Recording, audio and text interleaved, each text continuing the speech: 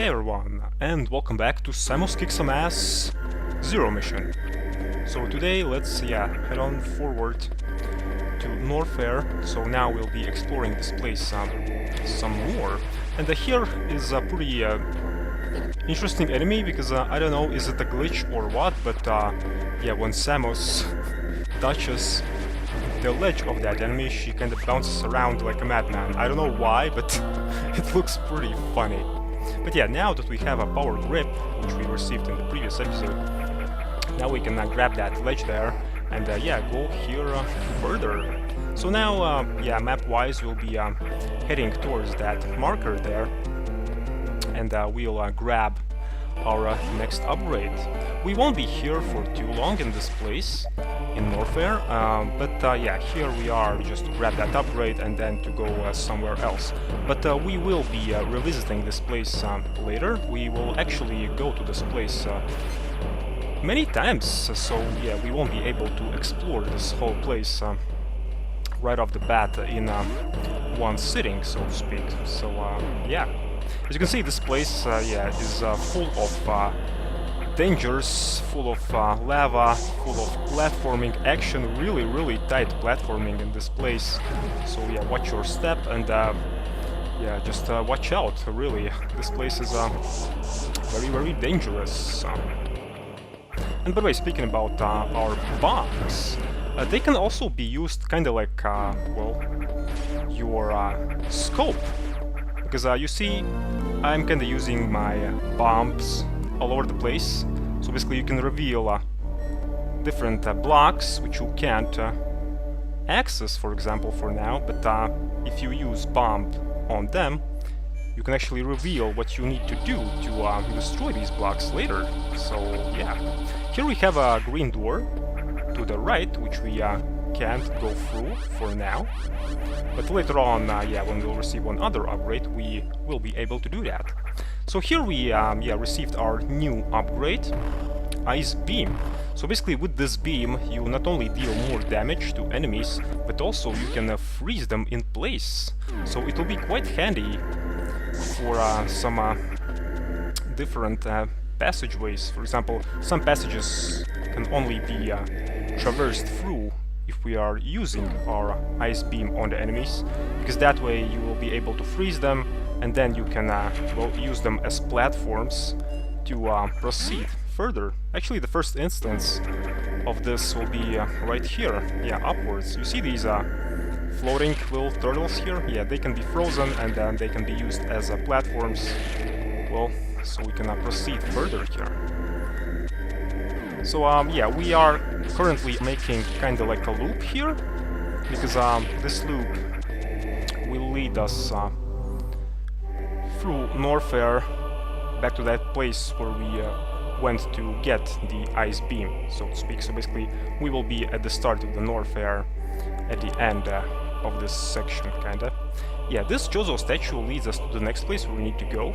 This place is called Kraid, where our first major boss resides, which is also called Kraid. So yeah, this is the place where we need to go. Also, if we're speaking about these Jozo statues, as you can see, not all Jozo statues in this game are kind of standing. What I noticed about these Jozo statues, the ones that are standing, they usually lead you to the next place where you need to go. So basically you curl in your mobile form, they show you the path where you theoretically need to go, because this game can be sequence broken, you don't have to go usually where they are kind of leading you to. And then they crouch, and yeah, usually when they crouch they also unblock the path where you need to go. So, but that's not the case with all the statues. Some statues, they are actually not standing, they are just crouching, and some of these statues are not leading you anywhere. So yeah. Also, this room is really interesting. I'll talk about this room a bit later, but this is a major sequence break point in the game. You see this little floating turtle? It can be frozen, and here to the right, yeah, we have a secret passage which we can break with our missiles. So this passage leads to very big and narrow passageway, which just leads you to the bottom of Norfair, and the bottom of Norfair leads to the second main boss of this game. So basically now, although the Chozo statue kinda leads you to the first major boss of this game, you can actually do that later. Right now you can actually go to the second major boss of the game, and yeah, that way you can well, defeat these two bosses in reverse order. But yeah, I'll talk about that shortcut kinda a bit later. But yeah, this is a very important and major sequence break in the game. Also, there was one interesting room which we passed earlier. It's a room which, well, deals damage to you when you are in it. Basically, it's a heat-filled room, and yeah, when you are in it, Samus is being constantly damaged, at least for now. So yeah, these places are marked on your map in orange color. So right now, I advise you just to not visit these places, really. Later on, we will be able to do that when we'll receive one other suit upgrade, but for now, yeah, just don't do that, because you'll receive a lot of damage and you won't basically survive there. So later on, we'll get something for heat resistance, so to speak.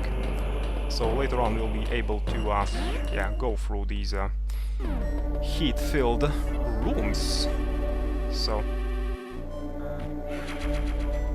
okay, yeah, now let's go back to Brinstar, and yeah, before heading to the Kraid section, Kraid location, let's explore Brinstar a bit more.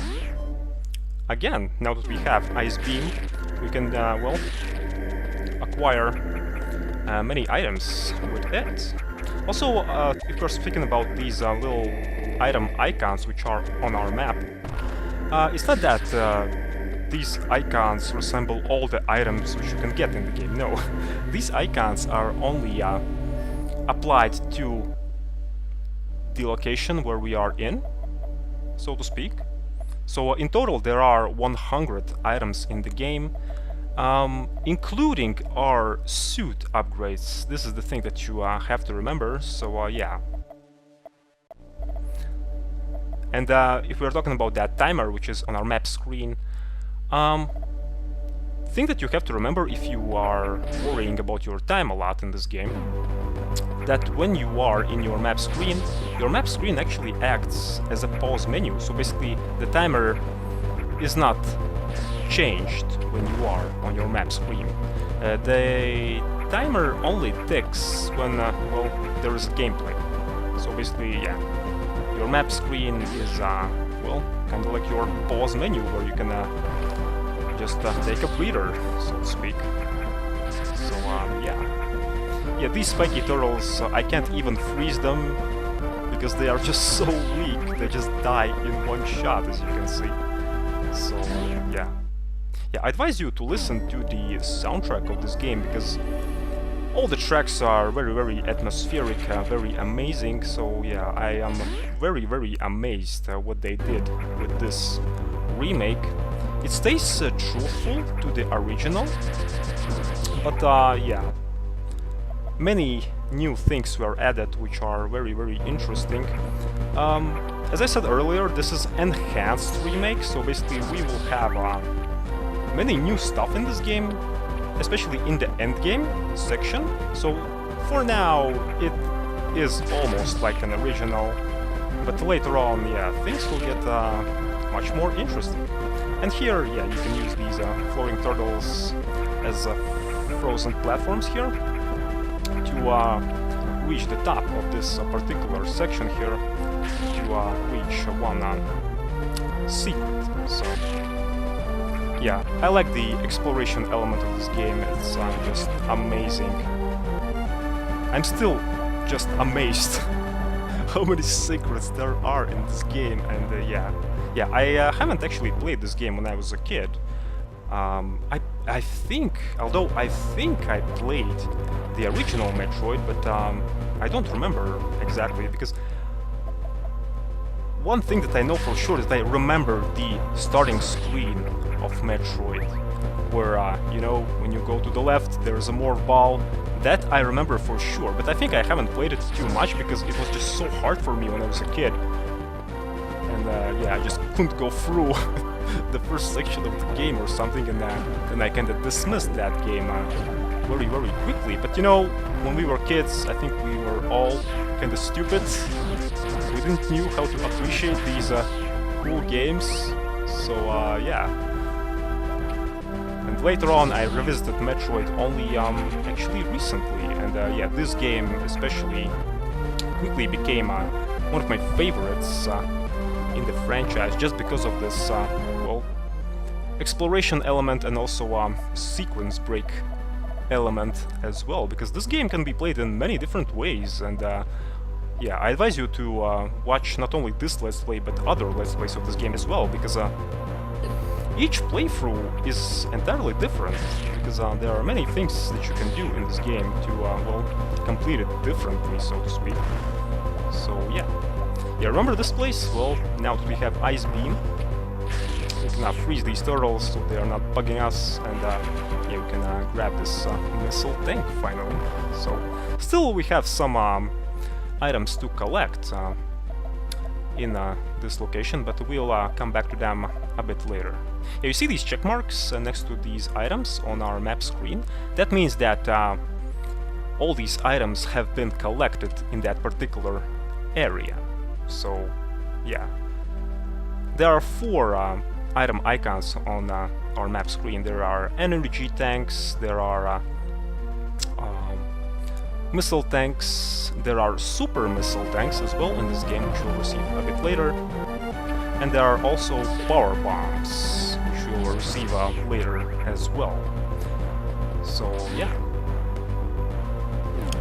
But yeah, guys, hopefully you enjoyed this episode of Metroid Zero Mission. So yeah, in the next one we'll proceed to Kraid, and yeah, later we'll also be facing off against our first major boss in the game. So the Kraid location is pretty tricky, it's pretty mazy, especially on your first playthrough, so yeah, it'll be quite fun.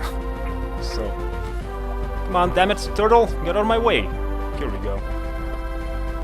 Okay, yeah, here we'll head on to Kraid. And it features some pretty awesome music as well, so...